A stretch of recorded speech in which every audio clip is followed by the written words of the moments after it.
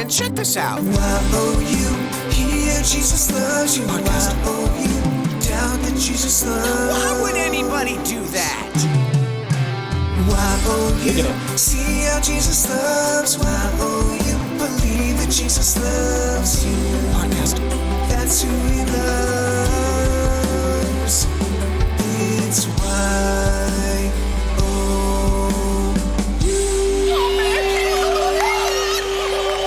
Welcome to the Jesus Loves You podcast with your hosts, Derek and Pastor AJ. Absolutely. Welcome to the Jesus Loves You podcast. This is your hosts, Derek Ciapala and Drew Carchedi. We have some special guests here today. We're here to cause hate and discontent throughout the world, one Jesus fan at a time. I'm just kidding. Just kidding. We're pumped. Yeah. We're caffeined up. We're pumped because we have State Representative Al Cutrona, our local rep. He's a rep. Yeah. Here. And the man, the myth, the legend. His head's kind of in the corner right there. There he is. Let's get that big, there he is. beautiful Geno. mug. That's a beautiful mug. Geno DiFabio. Yeah. And we are actually here. We are here to talk some serious policy. I don't know, Al, something happened recently. So we have to ask you the most important question right away. Does it bother you that there is a dead animal at your feet right here? I mean, did you notice that? I noticed it, and you know what? My feet are feeling pretty soft here. Do you hunt at all? Absolutely. You do? Avid Good. hunter. I've been shooting since I was 6 years old, and been a hunter my whole life. We've Nice. got a lot of acreage, and just took a buck this year. So Protect that 2A. His alligator shoes aren't in the picture, but Yeah, right. alligator shoes. Right. On. I don't hunt, but I do like to shoot. I go target shooting all the time, and big fan of the Second Amendment. absolutely got to protect. But it. nobody here that we can't claim that skin. That's But don't you know the Second Amendment's only for hunting? yeah, I mean, that's the rumor. and protecting. I just hear it's hunting. I don't know. The president said, just take a shotgun and fire it in the air. You'll be fine. Yeah, No right. problem. Flintlock. Yeah. I didn't expect Yeah. that one coming. All right, so we have a lot to talk about. I have no idea how long Al can stay with us. Maybe an hour, maybe an hour and 10 minutes. But this is his time. Before we do, we got a big thing coming up here next Tuesday, and a fundraiser that Geno absolutely has to give us the lowdown on because we're trying to help save a life. Go. Yeah, thanks, Derek. We're having a fundraiser for Ricky Morrison out at the Steel City Brewing out at the Southern Park Mall, the facility they have out there. And today I got some donations. We're going to have a Compco fire pit. We're going to have a restaurant, gift certificates and that. If anybody knows Ricky's story, Ricky was a self-employed landscaper, did very well. He's got 2 beautiful children and a beautiful wife, and he's just a great guy. This May, he got diagnosed with bladder cancer, and he had an operation in June, and he seemed to be on the road to, getting back to normal, hopefully, as much as he could with this issue. And he found out he has to have another operation this Friday coming up, so the cancer came back. So we want to get together as many of his friends as we can and people in the valley, everybody, and come out and support Ricky. I mean, we're not going to cover his hospital bills on this event. But you know what? If we could pay a few electric bills and get him through this, because he doesn't need any stress. There's people in the county to put him under enough stress. And you can look up Ricky's story. Maybe I'll talk more about that later. But this is just a great guy. He's a great friend. He'll help anybody with anything. And he just needs our help. And that's what this valley does. I mean, that's why I love it here. I've stayed here my whole life. I drive a truck. I drive everywhere. I could go anywhere. But I stayed here because of the people and because of this valley and how much I love it here. And Ricky's one of those guys that make this place great. And I would appreciate it if everybody would come out Tuesday at 5 o'clock. Yeah, one more time. Where's it at? Steel City Brewing in the mall. Southern Park Mall, right? Yes, Southern Park Mall. Yeah, Ricky really is a good guy. He did landscaping for us too, and unfortunate that he wasn't able to carry on that line of work anymore, and just such undue stress too, so undeserving. Absolutely. What the powers put him through. Yeah, well, so we're not going to stand for that, and we appreciate you really fighting for him. Wow. And that again, that goes into the testament of what kind of a leader you could be for the valley too. I mean, it's a friend. It's it's just people doing the right thing. And that's exactly it. I mean, I would do the right thing for anybody that needs help, Right. and that's Republican, Democrat, Independent. It don't matter. If you see someone who's been wronged, You know, I'm not going to stand by and watch that. And this was a horrible wrong. This wasn't just, you know, they cut him off in traffic. Right. They took his job, took his benefits, and they knew he had cancer. Yeah. And they did it out of spite over politics. And I'm not going to stand for that. Let's just say for Not what for it is, anybody. that's pretty gangster. I mean, No, it's that's worse than old school gangster. mafia gangster. It is old kind school. of crap. It's 1950s politics that we have to get beyond. See, these people Well, that's aren't right. working. They're not representing us. They're representing their next election and working for themselves. They saw a threat that he was supporting me. They were going to take him out so nobody else would ever support me again. They work for the county. Right. And a lot of those people voted for me, and I know that. So it's just doing the right thing is always the right thing to do. I'll just say it like that. For sure. And I think later on it'll bring us to a further discussion on some election integrity issues too, and how, you know, some of the operations are down there. But we'll table that discussion. Absolutely. Yeah, We will. absolutely. This is Geno is one of our favorites, and he's got a lot to say. And this is a story that needs to be told. It's been on the media quite a bit with the story, but with a little bit of local flavor, a little bit of coffee house feel to that conversation. We got to come back to and make sure that those of you who don't know about it, you need to know about it. And I'll say it to anybody that will listen to me. And something needs to be done, and it is being done.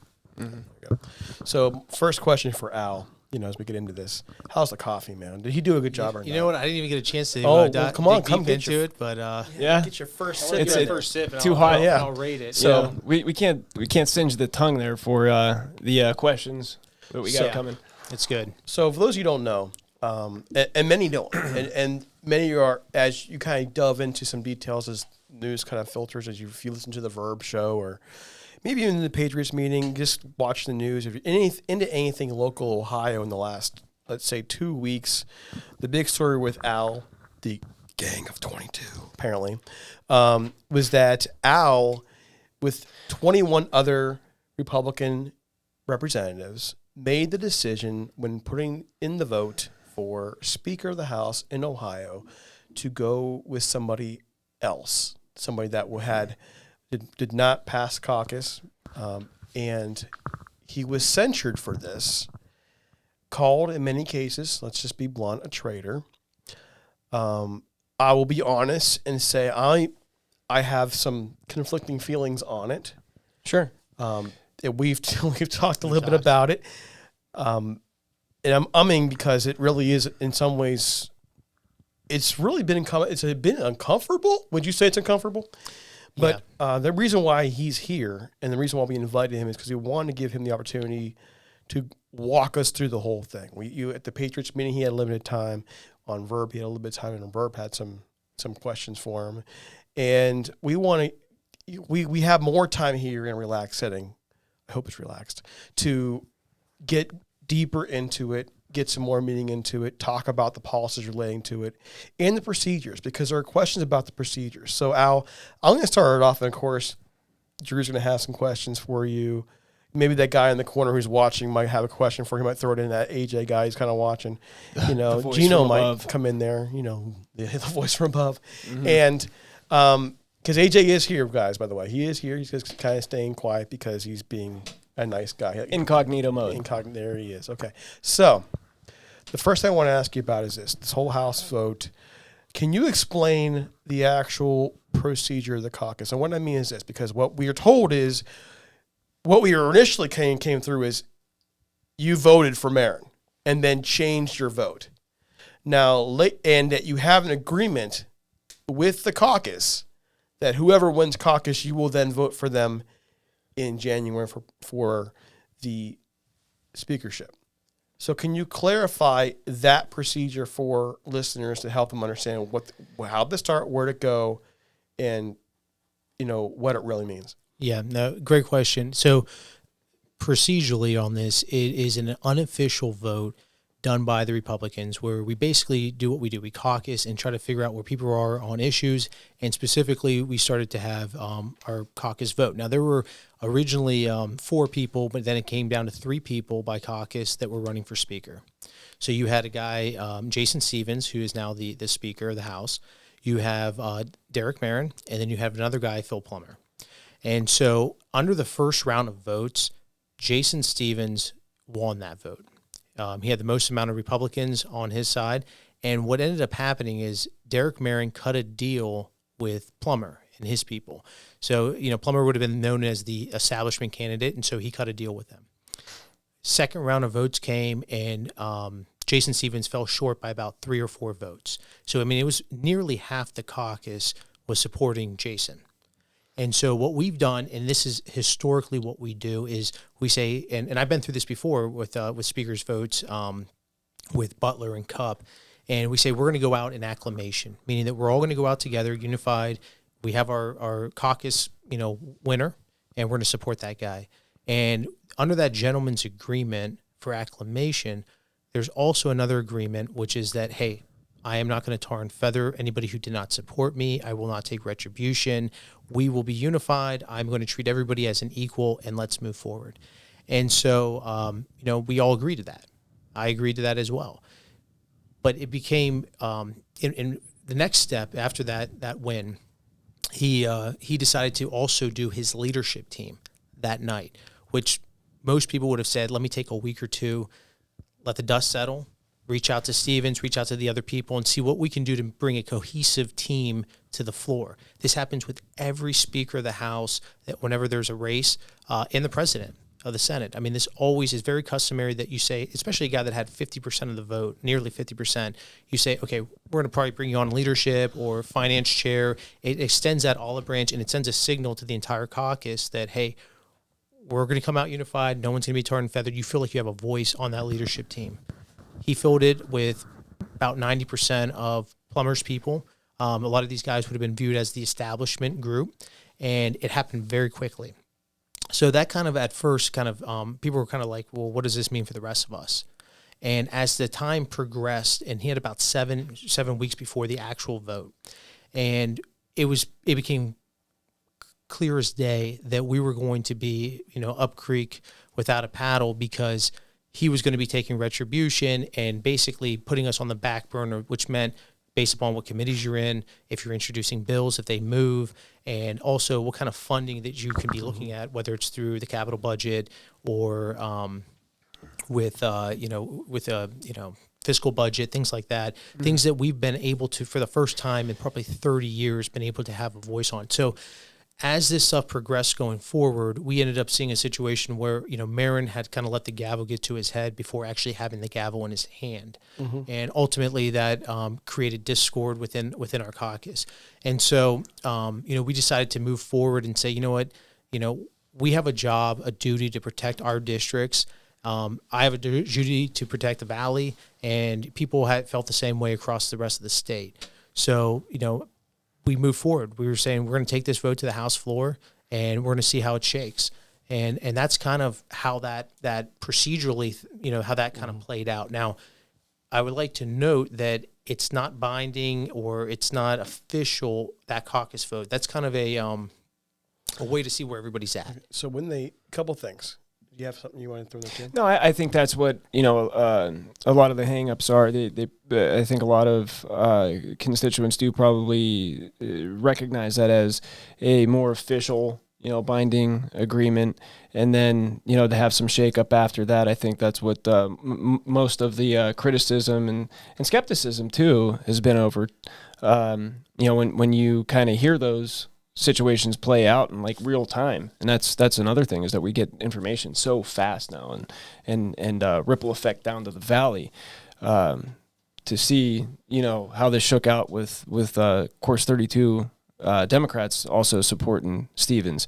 I think that really did shake people and say, hey, there's question time. And real quick, I just wanted to add, so I voted for Jason Stevens because I felt like he was the best candidate for the job, to be the Speaker of the House, both like in caucus too, for the first vote, and then when we had our second vote, I supported Jason, and so it didn't change my outlook on him to not vote for him on the House floor if he was going to move forward with that. So my vote was consistent because I felt like he was the best person for the job, and that comes with a lot of different territories. It's about having that conservative background and things of that nature, willing to let members, run a bill and not, be handcuffed, which is an important aspect. But also it's, some stability for our caucus, because we've had turmoil for the last probably 6+ years where speakers come, speakers go for multiple reasons. And that causes discourse within the caucus because people start to jock for position. They want to, I could be the next person to run for speaker, or I could leverage to be on leadership or this committee. And so human nature tends to stick in and come into play here. So the stability factor actually strengthens the House. And we'll see how that stability plays out too. Sure. Because we're really looking at a very divided House right now, and I think that's what the optics are. Is that, hey man, as Democrats, they look for any chink in the armor to divide and conquer, right? Watch out, that's racist. Chink in the armor. I think the chicken part was the. I'm kidding. Kink in the armor. No, that's So ching. Going over to Geno. He asked me how my Dago was today. Oh my gosh! All right, I got to leave. A room full of Italians. So, Al, you said it. Right. You said the first caucus vote and the second caucus vote. Could you explain why, when Jason Stevens had the most caucus votes, he wasn't just going to be affirmed? I mean, why was there a second round of votes if Jason had the first? That's what I was wondering. So what happens is, you had 3 candidates. So the way they do it is the first person with the least amount of votes falls off, and you re-vote again. So a lot of times, and a lot of this is about counting votes too, to be able to say, okay, I think I know where a guy's at. They're going to be here. They're going to be there. Where are they at with the second vote? Yeah. People had given their word, by the way, that they were going to support Jason on the second round. But because the way things played out, they decided to walk over because the only way this can happen is if a deal could be cut. Hold on a minute. Pause. I don't mean to interrupt. Sure. I want to make sure I wrap my mind around this.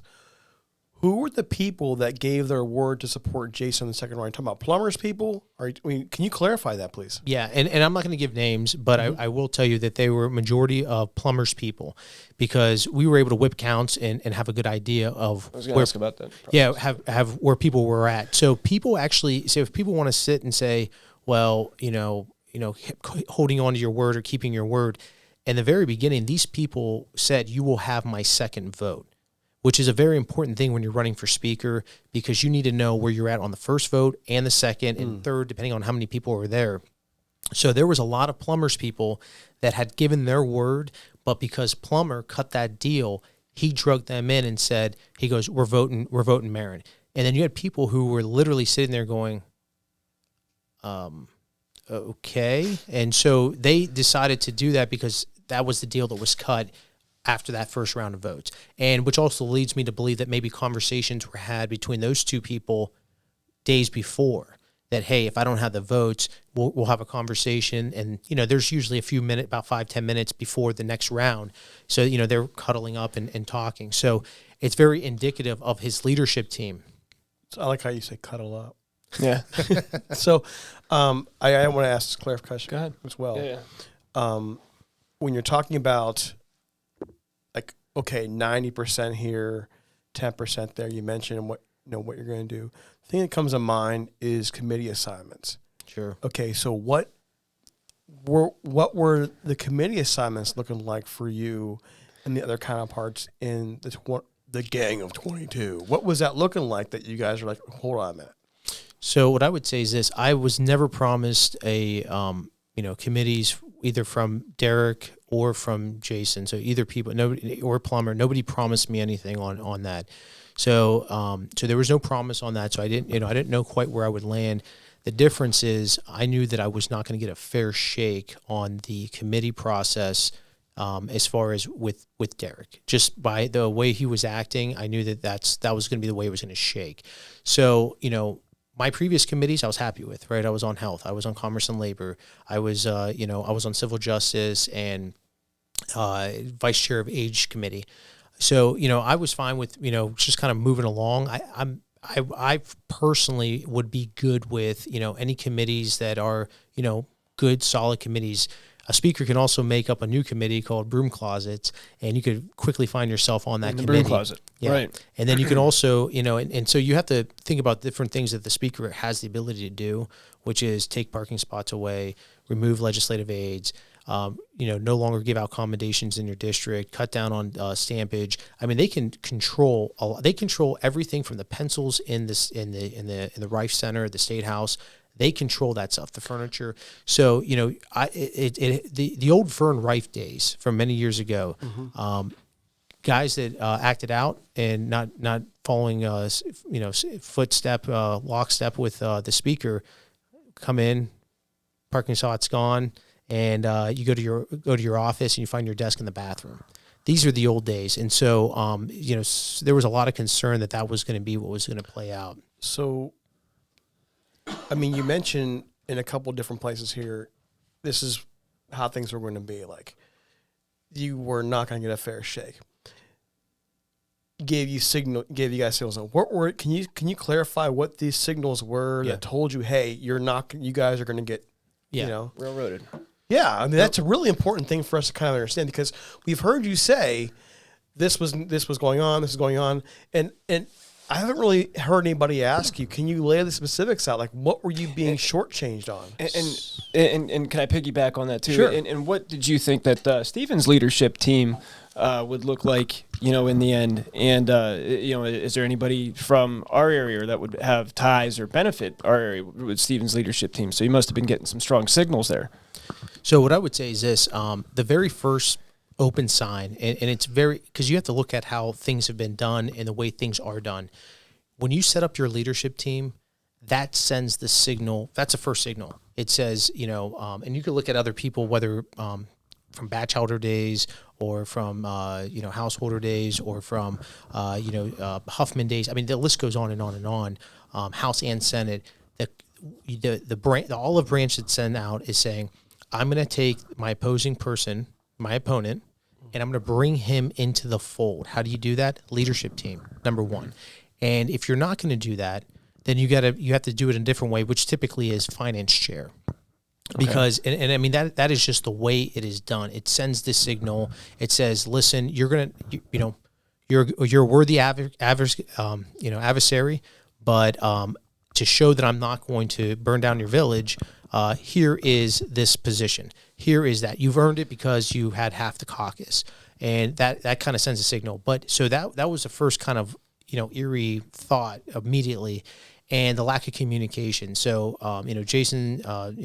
Jason Stevens had not gotten reached out to. Some of his top guys that had supported him, that maybe stood up and actually nominated him.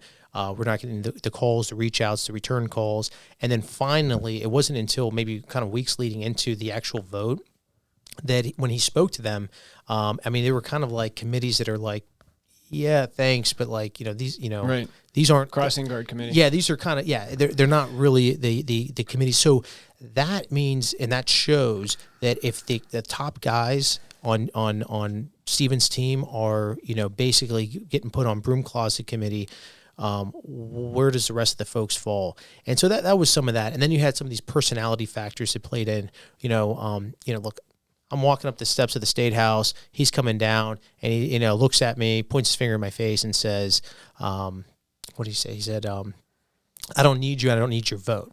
And he walks away. I mean, that's a sign that says that would send a pretty strong signal. That's signal, not noise, as Steve Bannon always says. I understand the personality clashes there. And I think a lot of this is inside baseball. Sure. Then you also have, to kind of cross-examine voting records. Sure. and some of the funding there. And I didn't really see too far off the mark. A lot of the media kind of depicted Marin as kind of like this younger MAGA guy, where Stephen's certainly being more moderate. And I think when they see the way that the final votes shook out the way that they were, that's when the public says, aha, all right, what deals are cut? How is this going to impact policy? And we'll get to that too. But, maybe you want to elaborate. Voting records, pretty much the same. Funding, I've heard reports from, hey, Marin's guy's the big lobbyist guy, but I've read, reports where the 2022 cycle, Stevens is got more funding from the lobbyists and stuff too. So I'm sure that there's ebbs and flows. So go ahead. I want to tee off on a couple of those things, and you bring up a great point, right? These records and basically what the media has said, right? They said, oh, he's this moderate guy. Show me one vote that would ever indicate that, because it cannot be found.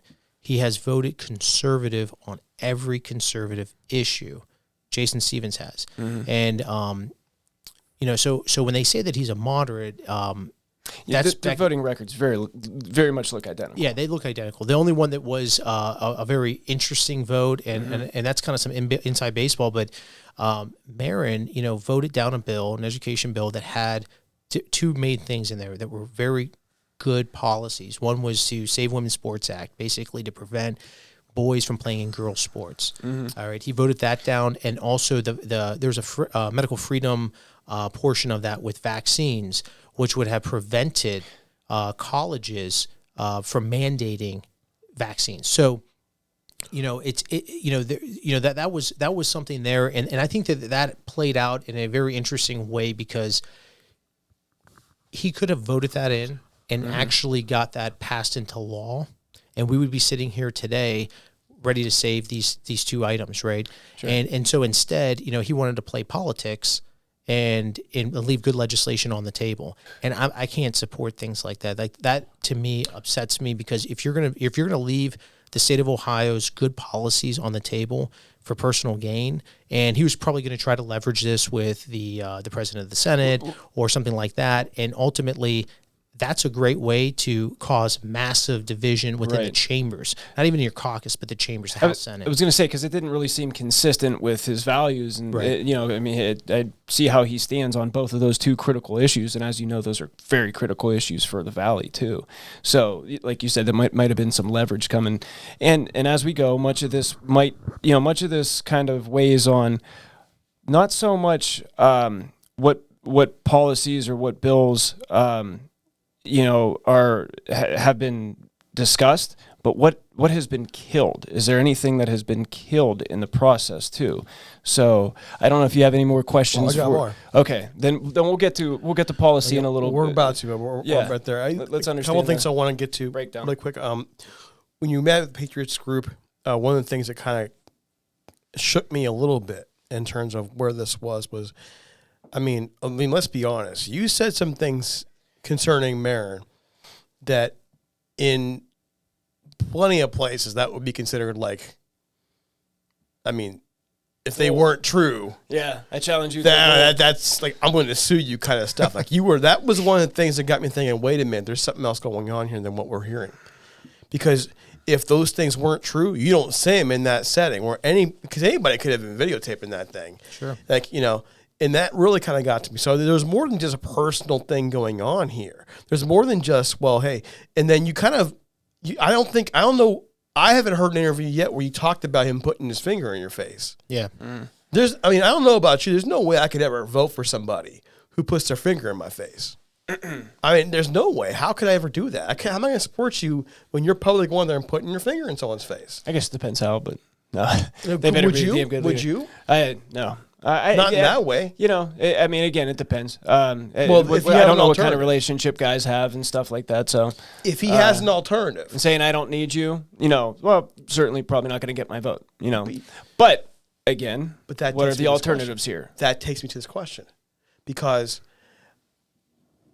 on this day you had an alternative. This was Stevens, okay, and this is the meat of where folks got upset. I don't think people are going to get upset you wouldn't vote for somebody else, because you didn't vote for him to begin with. Correct. But somebody else voted with you, and that was 32 Democrats. And I got to be honest, the answer here from you, I'm like, listen, you can't, how do I say it? Because I'm not trying to be a jerk on it. When we get in Congress and they're about to vote, the idea that the Democrats didn't know who you guys are going to vote for just can't fly, because it's like, they voted for the same guy you're voting for.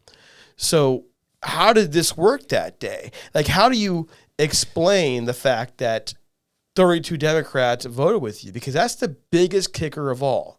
Because in the end, and I said this to you, he knows who voted for him. Jason knows who voted for him. He knows you voted for him. And he also knows 32 Democrats voted for him. and they're going to expect something from him. I mean, so what I would say to that, and a couple things. Number one, there was no, like, walking onto the House floor. There was probably, we had the kind of the indication that, they probably would have been, supporting Jason, but you never know where people really are going to fall. We were going to bring this to the floor regardless. And I was going to vote for Jason regardless, because at this point I felt like my vote on the House, I can't support somebody who's going to actively hurt my district. Now, as to what the Democrats are getting in exchange, right? I look at it like this. They knew regardless, they have to vote. It's required by law, right? They have to vote. So you have a situation where you're going to have two people, and they're bringing it to the House floor. You have two people to vote for. Records are, as you indicated, and it's clear as day, they're similar. I mean, there's not really anything that's outstanding on either one of their records. So it really does come down to, if I got to be with somebody for the next 2 years, do I really want to be with somebody who's a jerk?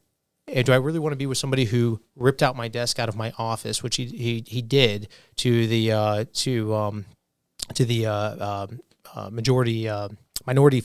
minority leader, and has been rude to them.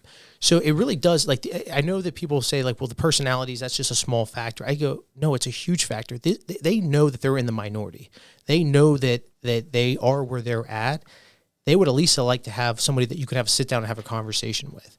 And it's not that you're giving up something to have that conversation. It's just there's a difference between, it's like having a boss, right?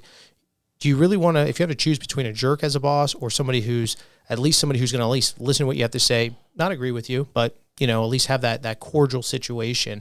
And I really do think that's where it stemmed from. Now, if there was, I don't believe there was any legislation talk, that would be highly illegal to do that, and unethical and highly illegal to talk, hey, I'm not going to push this if you give me your vote.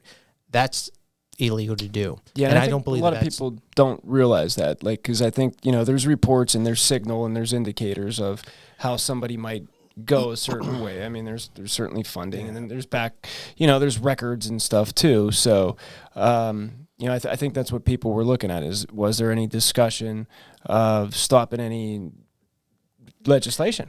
And I just want to add one thing real quick.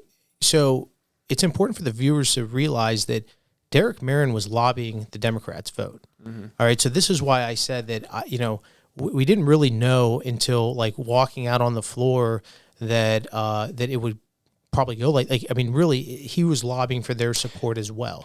And so at what point do you think he was lobbying, though, after that he knew that, hey, might have some, because I heard him on another show too out of Cleveland, and I think he's pretty open about that. And he said, at that point, I knew that I would have to, talk to, the other side about some alternate votes as well, because there were, people that broke ranks out of after caucus. And this is the thing that kills me. Conversations were still being had between, Jason was trying to have conversations with Derek, saying, like, let's talk this through. Like, let's not go down like this. Listen, we're going to take it to the floor, and we're going to let it ride. And this is really important for people to realize that the morning of the vote, we had 30+ Stevens committed folks.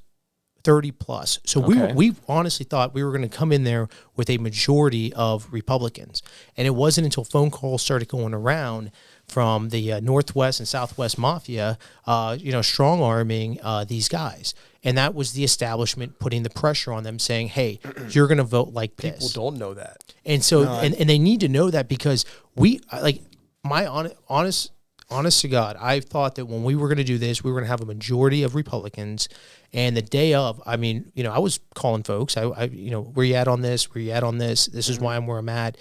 And it was like 30+. So when you get to that threshold, people then become to say, this is going to be, maybe you pick up a few people here and there, and the Democrats still have to vote. So we didn't quite know where they were going to lean towards. But, we figured if they have to go for, somebody who's, been a jerk to them for the last 7 weeks plus the last 7 years, or somebody like Jason who's just like a nice guy who just treats everybody with respect. He's a good old Southern boy. He's from Lawrence County. All those guys down there, they talk with a Southern drawl. They're just polite. He's just a polite person. And I do understand that, and I know that area that it's a big bright red beacon too, and I think somebody like that is going to win re-election regardless because of how red it is too. So sometimes people are like looking behind the scenes. It's like, well, that's kind of an easy guy to go ahead. Even if he leans more moderate, he's going to win re-election again too. So unless he gets primaried, which Which may happen now. And I know that's a critical word, primary too. So we were all threatened. People were getting threats, by the way, from Marin's people on primaries by not supporting him. I'm sure. And he also had conversations with members that he was trying to whip, saying, so what are you interested in? And they go through, and he goes, okay, well, I was thinking this and that. And he goes, well, primary has to be. And then they come back through and say, well, I was thinking about also putting you on this, but where are you at with my vote? And then the conversations got pretty heated with members where it's like, kind of threatening. So, this is the problem where, people don't see, they see the 50,000-foot overview.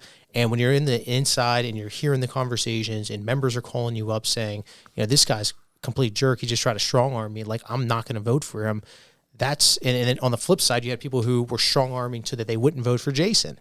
So, I mean, it got very brutal here towards the end. So it wasn't like you guys rolled in a day and it was like just this sudden betrayal. There was a whole lot of backroom stuff going on that led us to where we are. And this is the last question I have for, because we really want to get into policy, the aftermath here. And we've been here longer than I think I wanted to be.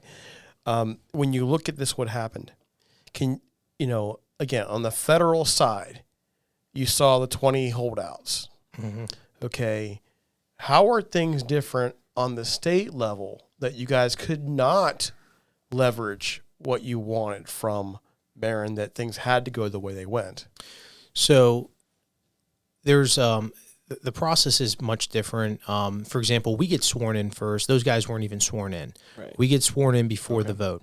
So that's a big difference. So you can't really like have a big holdout and kind of hold this thing up for 7, 12, 15 votes or continuous rounds of votes. For us, we're already sworn in. We're members. So, this is going to happen. It's going down. Everybody has to vote, and they can't just like vote for random people like Donald J. Trump, like Matt Gaetz put out. I was going to ask you that. Mm-hmm. So you have people that you can go. So the Democrats were going to vote. So if you're going to be a holdout for, they say 22 people, right? You're just going to get kind of, I guess, you can't really go to him. And this is, let me back up a little bit. Those guys were trying to get things done procedurally. Hey, we'll give you our votes, but we want to make sure we can vacate the seat with XYZ. Right. Hey, guys, we want to sit there and have more of our Freedom Caucus members in these committees. I want a church commission. Yeah. So that's different because we weren't sitting there trying to say, like, hey, we're going to hold out unless you give us XYZ, because it was going to move anyways, and it really came down to the fact that it was a person who already indicated that he was going to bust you up, basically, for not supporting him, which I don't think McCarthy was playing that game. I mean, I think that, members didn't think that their districts were going to be highly affected. So, I think it's much different, and it is apples to oranges when you start talking about term limits and things like that, which play much differently. Mm-hmm. So, is there anything else here that you want to clear up with us for the procedure? I think even our listeners probably understand the gist of the background, the way that the votes went down the way they did. And look, one of my New Year's resolutions, too, I was talking to somebody with your team, Al, was to pay a little bit more attention to state legislative issues. We get so wrapped up in watching the national media and, the national headlines. It kind of takes our eye off of, the ball, especially with things that are going to have such an impact in our backyard. And even with Geno, even more locally, that's the epicenter right there. So I think we beat that horse until it's dead now. We can finally, it's kind of bury that horse now. It's been beaten. Yeah. It's been beaten and whipped.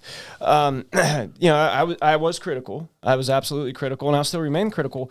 But I think the silver lining here is that critiquing is essential in order to gain productivity. And and I've been studying politics a long time. That's my degree. The first thing I look for is actions before words. And I realized that one of your first actions was to reach out to your base. Your base, a very strong portion of your base being Patriot Stands United. Geno was there. It's a group that I frequent. Derek got the opportunity to come there. Great group of people, right? And I think, again, I might have mentioned this, I think in the end, the silver lining will be that this could pull you closer to your base. You could know that what kind of policy issues that your base wants you to tackle, and kind of garner some commitments too. I heard you on a program last night. We're kind of holding your feet to the fire on some of these policy, issues. So I'd like to go over some of those, kind of like policy commitments. Sure. One of them would be supporting the backpack bill. Yeah. And what I would say with that, I support the backpack bill. I believe that the money should follow the student to where they're going. Now, with that being said, and I want to make it very clear, and I say this with all policy, I'm not going to, it's very hard to put a blanket on hey, I'm going to support this because it matters what's inside the legislation. And we've seen that many, many times. My only concern with that is that I do not want to see public schools K through 12 be drastically negatively affected to the point where they're just like non-existent. And I look at our region here, we have schools like Canfield, South Range, Boardman, Poland, where they have good schools. I want to make sure that they are continuing to be able to operate. However, it's vital that the money does follow the student. So as long as there's nothing in there language wise, which is going to straight up just rip out and just kill public schools altogether, then and the reason why that matters to me is because of my district. But ultimately, yes, I support the backpack bill. I believe the money should follow the student, and that has always been a top priority of mine. Can I get one more in? I always want to clarify that one. Sure. Oh, okay, go ahead. Yeah. For the backpack bill. Yeah. On a scale of, let's just like a double-sided. For the backpack bill, how, on a scale of like 1 to 10, how important is that bill to you?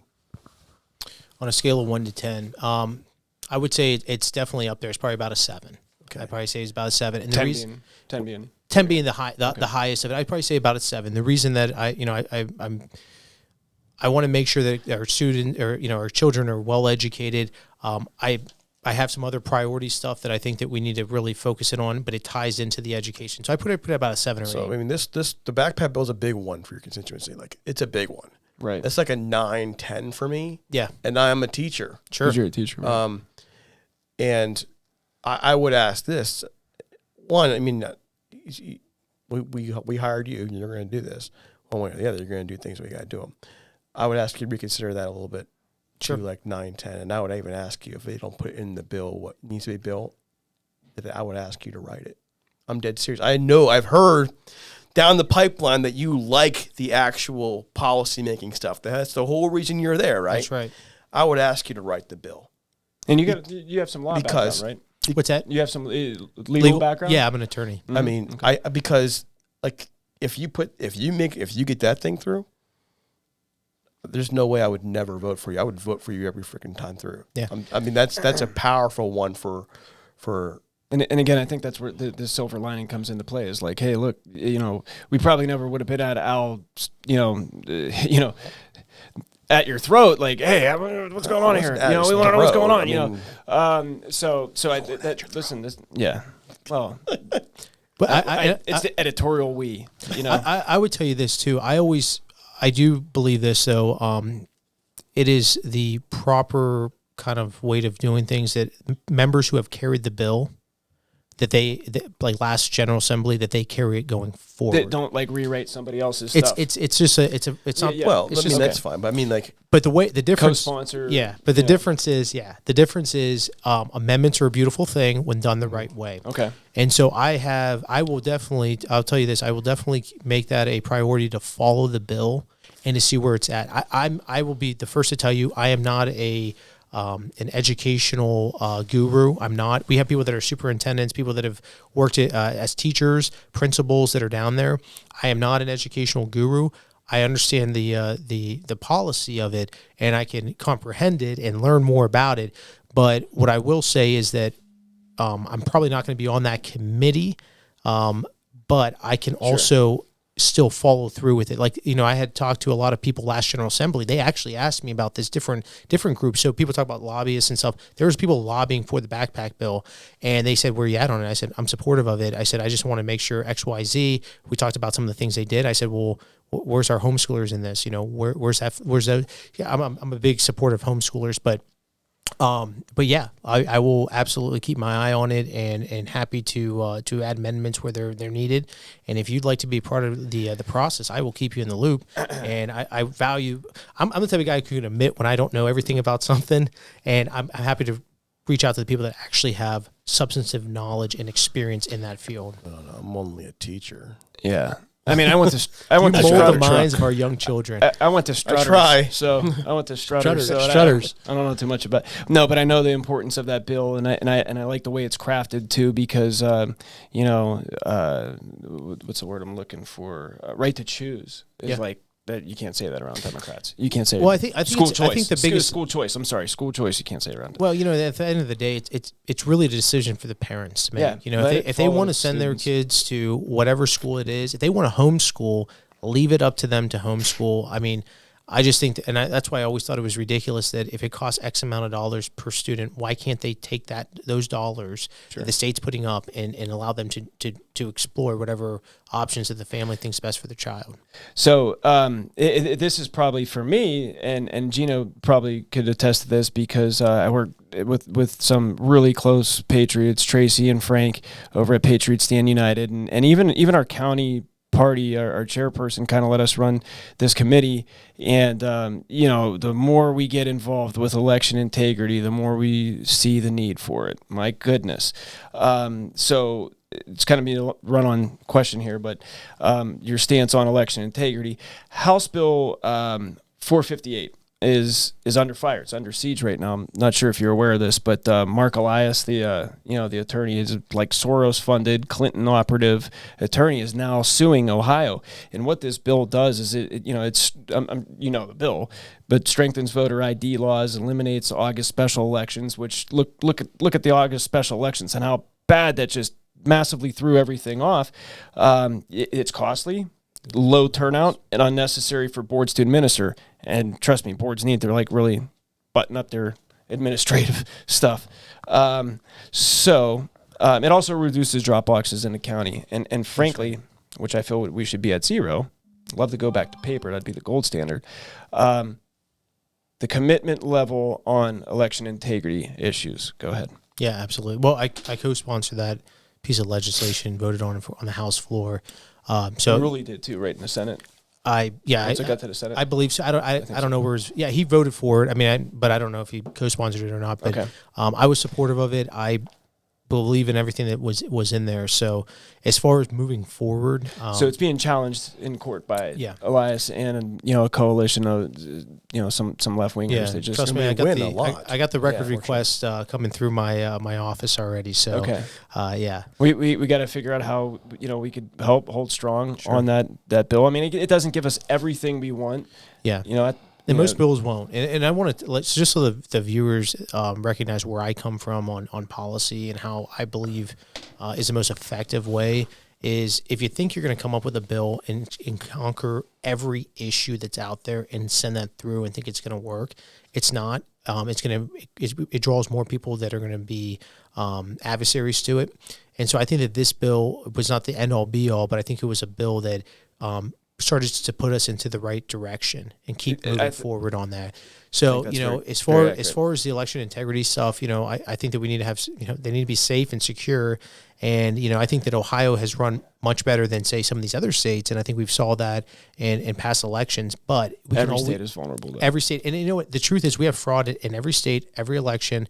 Our job is to try to minimize and cut that stuff down. You can't say that. I'm happy to, everything. Every election is legit. Even out in Arizona where things happen. You would absolutely be a fool, and I'd probably. I got to leave it in a little bit, anyways. But I'd probably leave the discussion to sit there and say, let's not play the fool's errand here and act like every single election is kosher, because where there's a will, there's a way, and that's absolutely true. We've ran podcasts just on the election integrity topic. So, glad to hear you say that, and I guess we can move on from there. Did you have a I have more.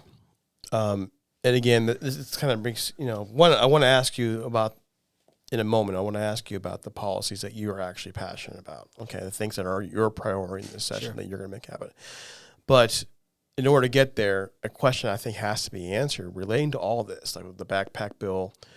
It's something I mentioned at the meeting the other night as well, was the fact that, hey, listen, are you guys united? Yeah. In the news yesterday, we find out that Marin has put together his own caucus. And I mean, that's just like a day or so after we asked you that question. You were like, there are 67 of us. We're going to get this through. And now the next day we're reading this article, and it's in the Dispatch. It's on OPN. It's on this. And it's basically, to me, the message is telling me the Republicans in Ohio in the House side are not united. And by the way, that gives credibility to what you've been saying. Because what I'm hearing from you, tell me if I'm wrong, if this guy is not exactly a uniter, he's kind of a divider. Yeah. And if that's the case, how are you going to function down there? Yeah. How are you guys going to make this happen? Because, again, going back to the idea that there is some argument that Stevens is compromised because of the Democrat side. What happens when, hey, a pro-choice amendment, they try to push that through? What happens with your legislation that matters to you from this point forward? Where does this go? Yeah, no, great question. So first off, I would say don't believe everything that you read. Believe it or not, the newspapers don't always do it accurately. I've actually heard Marin speak out on Bob France. I've heard Derek Marin, even in the papers, also say, listen, I'm going to still work with them, but we're going to have our own caucus. And so what I would say is this, back when Speaker Batchelder many years ago, this is not uncommon to have a shadow caucus, and you'll quickly see that caucus number start to dwindle as the General Assembly kind of progresses forward. I believe that if we are voting on if they truly believe in doing what's right for their districts, the state, and have a conservative agenda, you better bet your bottom dollar that they're going to need to be making those votes on the House floor. And you know what? They need to answer to their constituents if they're going to start voting down bills just out of spite. And if that's still games that they're playing, can't happen. Then those are the problem people. And guess what? When a year from now comes around, their constituents can have those conversations and talk about the direction they want to go. But Marin's actually said in multiple interviews that he's like, yes, we have our own little caucus and we're doing our thing, but if it's a good conservative bill, we're going to support it. We just want to make sure that things are progressing and this and that. So I would say that if the Democrats are dropping a pro-abortion bill on the House floor, I know 21 of us, 22 of us are going to be voting no on it. If the other people aren't willing to table that amendment, which would be 50 people, then they got bigger issues over there, because that means that they're supporting it. So you know what? You got to start. You can't let petty politics get in the way of governing. And I don't believe, and I would also reiterate that many of the people that attended that, they were also people that have said, we are ready to move forward. You are the speaker, ready to play ball. Let's get on the same team, and let's just work on policy. So many of the people were worried about being censored if they did not attend. And this is the problem. These people have been really leveraging this censor that was going on with that. Yeah. And so many of the people that have attended that are also the same people that are saying, I'm ready to play ball. I'm not going to be, unnecessarily causing chaos just to cause chaos. Derek Marin, for the last 7 years of his time in the House, has been very well known for the chaos aspect of it. And the people closely surrounded with him are known to have done that. So I think that we are going to be unified ultimately. There's going to be there's going to be some growing pains. But if you look at it every day, every week, more and more people are saying, look, I'm down here to do my job, and I'm ready to move forward. And you know what? There are options, and this is when the rules come into play. If somebody doesn't like the way things are being done and the speaker's doing it, they could go forward and sign a discharge petition. It takes 50 members to bring it to the House floor and call it to a vote. Yeah. So, there are mechanisms to keep, the process going. And if these guys are going to play and say, I'm not going to vote for good 2A bills or pro-life. I mean, they have bigger moral issues to be dealing with. Do you expect any more censors? You know what? I don't, because I believe that what occurred with that was leveraging our decisions on the House floor 3 days later for a vote on the Ohio Republican Party chairman, which, by the way, do you know who drafted that resolution? And I'm gonna tell you this. Lily, you think you know? I do. Was it Lips? No. It was the resolution was drafted by the Central Committee person. Oh no, I definitely know. It came out. I thought you meant like another. Okay. Oh no. And so State Central Committee. Name the name. Come on. Well, so the guy who drafted this was actually Derek Marin's roommate. Okay. From college. So if you connect the dots here, all right, this is total inside like baseball, like hey, do this for me, and I mean, so this was obviously, I mean, the only time they've ever censored before was when Anthony Gonzalez voted to impeach the president of the United States of America, and that did not happen 3 days after. But so there were also some counties that did too, correct? Well, and if you look at some of these but counties, that would only be the counties censoring their reps. And if you look at it, though, and there's more politics behind it, because some of those counties, there's members going over there, and you also have other counties who are saying, we're actually censoring the State Central Committee because we support our so it's this little like politics. So much more with people. Right. Yeah. Transformers thing. But at the end of the day, they took all the big stuff out of that. No financial. There's no financial. Yeah, and that goes to I'm a Central Committee person myself. So you understand. So if you look at it, I mean, in my opinion, they recognized what this was, and it was kind of like a witch hunt, in my opinion. And so they pulled out all the other stuff behind it, endorsements and the financial and all this. And I kind of sat there and laughed because I'm like, you know what? When did the Ohio Republican Party begin to dictate, what they want the legislative body to do when they're elected by their constituents? So, to me, I thought that was very telling. I mean, it's one thing if the local people. So I'm gonna bring Geno in for this, and it's because we're about to talk with you about policy. Geno here has a lot of his ears on. I mean, you ran for commissioner. You should have won. Let's just be real about that. Like, you're going to win absolutely. next time. Oh, I'm going to win at 24. Absolutely. Okay. Yeah. You got out to a lot of doors. You talked to a lot of people. And what are some of the policies that you have heard from people that that you want to see Al take up? And Al, and the default for that's going to be, as he mentions that, what are the policies you're taking up? Like, I want to hear from your point of view, policy wise, like if you have a dream sheet of policies that you could have him taken up, and then where you guys are going with. Because I know you guys talk, right? Of course. So this is what it has to be. So go, bud. Well, basically, everybody has issues. I mean, as soon as you start running for something, Al, I mean, everybody calls you up. Hey, you got to go. Just the last week, I'm working on cable for Lake Milton, one road, Pricetown Road. Different things like I told you about the catalytic converter bill. Yeah, great bill. I mean, there's a lot of simple stuff you think would already be in law. You know what I mean? There's a lot of people's concerns and problems that it should be easy. But I mean, I know everything's not easy to get through. But people are mostly worried about crime. Absolutely. And the other day we just heard that Youngstown has collected over $50 million in income tax. But 85% of the people that pay it don't live in the city. And when I came out in my campaign and I said, we have to do something about the crime, they said, well, that's just Youngstown. That's not the county. And I'm thinking, well, Youngstown is in Mahoning County, and there's no wall around Youngstown. Right. So anything the state legislature could do actually to help with that, and I don't know how much they could, provide the police department with things they need. Like I know the bomb squad in Youngstown was looking for a new truck. They got like a 1984 Ford they drive around their bomb disposal stuff with. Oh boy! I mean that's stuff where the state legislature could come in and find some money somewhere to take care of.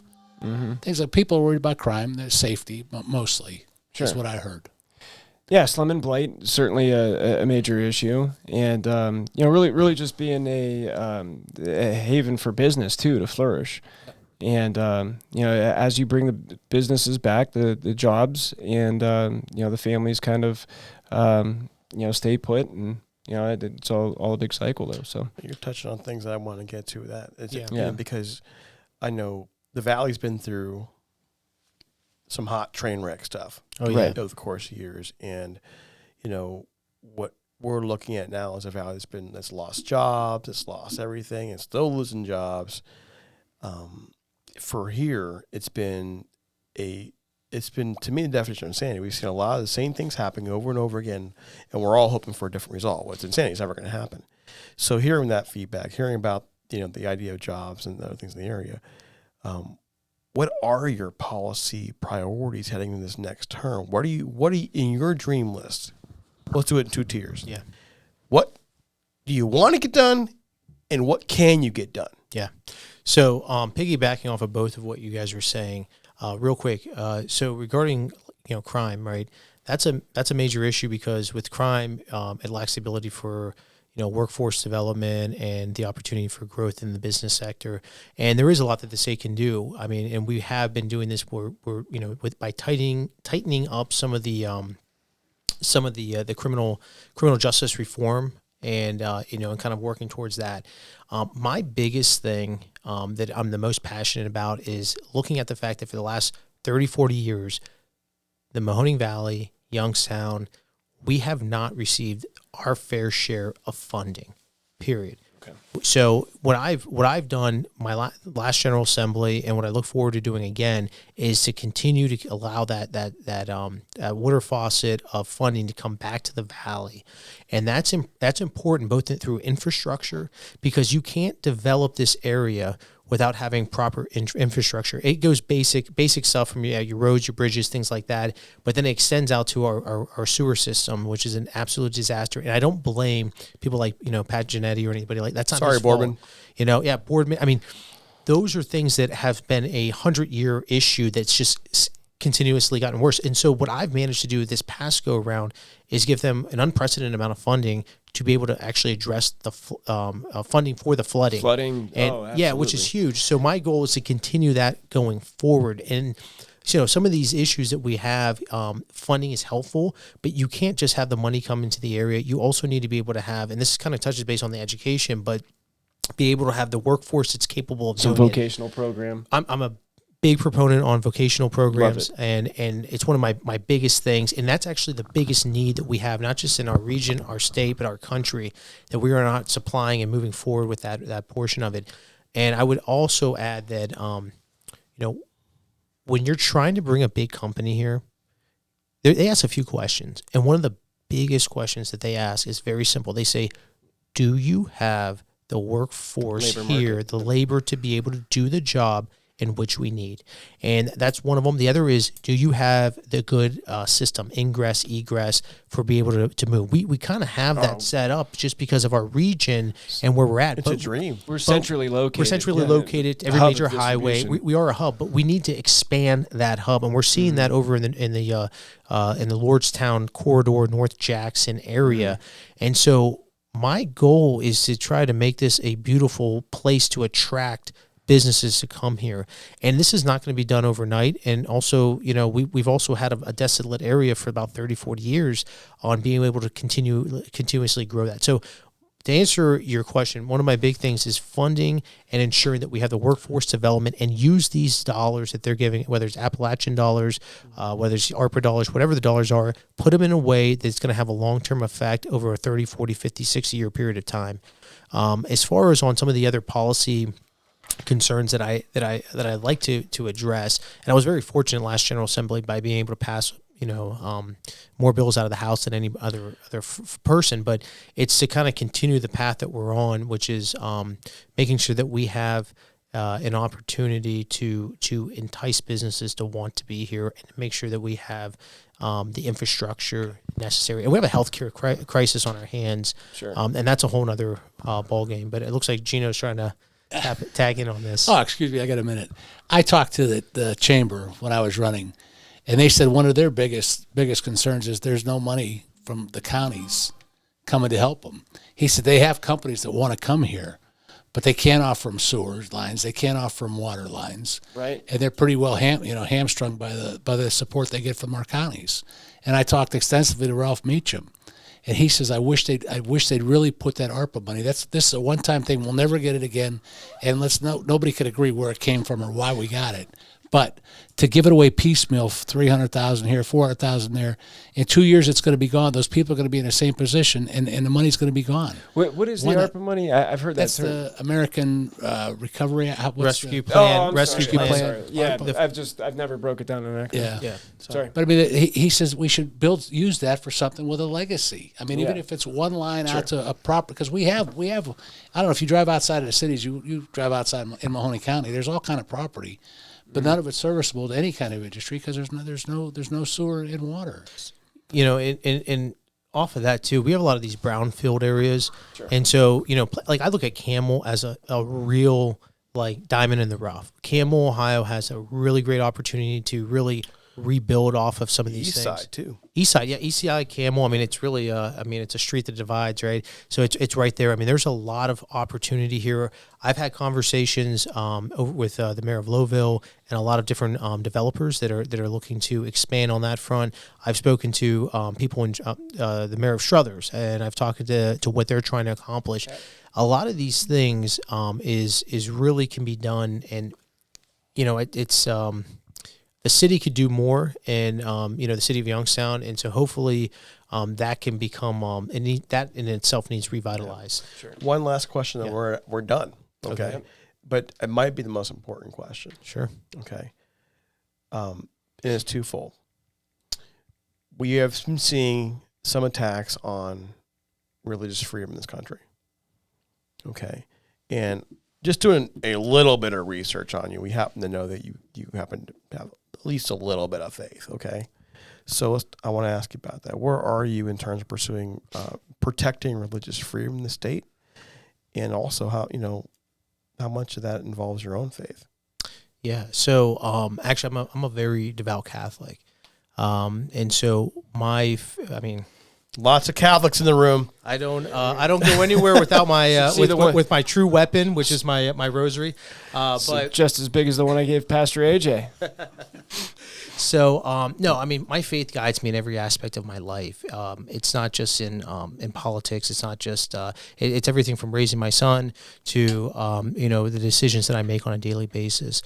We have seen attacks on our religious freedoms, and we were actually able to pass some legislation that Representative Ginter actually put forward, where it actually strengthened the penalties on attacks on churches. Sure. And so I think that we need to do everything that we can to allow people that First Amendment right, whichever direction that their religion takes them.